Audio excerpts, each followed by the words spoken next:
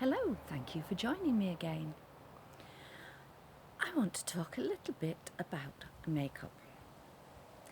Makeup that a lot of women, and some men as well, wear.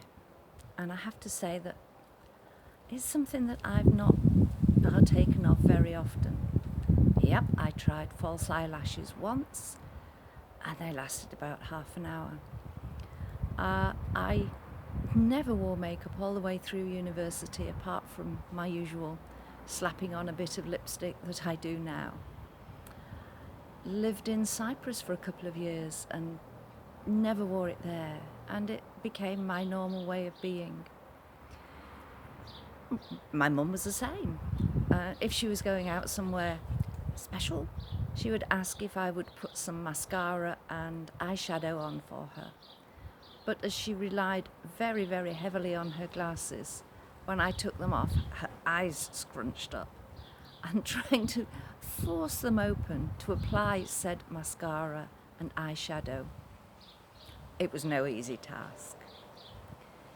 However, my granddaughter at the age of 4 received a Christmas present of a palette of eyeshadows.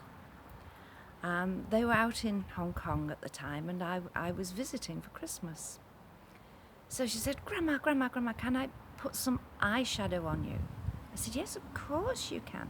Can I do your hair? Yes, of course you can. I do admit, I love anybody messing with my hair. So she thumped away at my head, which was actually very nice. And then onto the serious business of the eye makeup.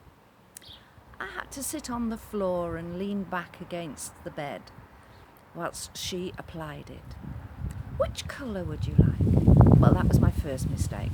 No, maybe my first mistake was saying, yes, of course you can, darling. It was my second mistake saying, you choose. So she chose to get as many as possible on my face, as many of those colours as she possibly could. And when I say on my face, I mean on my face. It wasn't just over my eyes. We went for under and around as well. Operation Overkill. Ta-da! But she had a whale of a time. And she would jump off the bed and stand back to admire her work, and then come very close and go to blow off all of the bits that were lodging on my cheeks and my nose and my chin. When she was satisfied, she said, that looks lovely, Grandma. You should do that more often. And shall we say the effect was interesting. But as she had put so much effort into the task, I didn't follow instinct and go immediately to scrub it off, but left it on and then forgot it was there. Later in the day, my daughter-in-law said, I've just got to nip to the supermarket. I'll go, I said. Thank you. But you might like to just check the mirror before you go. Yep, I did. And got a quick face wash before I left, because I'm not sure what would have been the consensus of opinion of this English woman covered in all the colours of the rainbow, going in for a loaf of bread and not much else. But I bear fond memories of that time. And I spent the evening with my family a couple of nights ago, and I looked at my granddaughter's eye makeup and made not one comment about it. I did wonder if maybe I should offer to add a bit of colour in there for her, but no. And I won't tell her that I've recorded this if you don't. Honestly, children, I couldn't eat a whole one.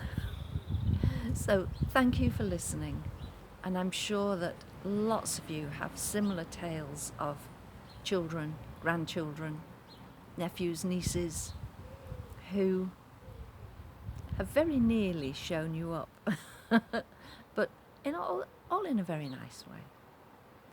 So you take care, and think of my granddaughter if you're applying eye makeup in the morning or the evening, and don't get quite as carried away as she did. Thank you for joining me. Take care and see you tomorrow. Bye.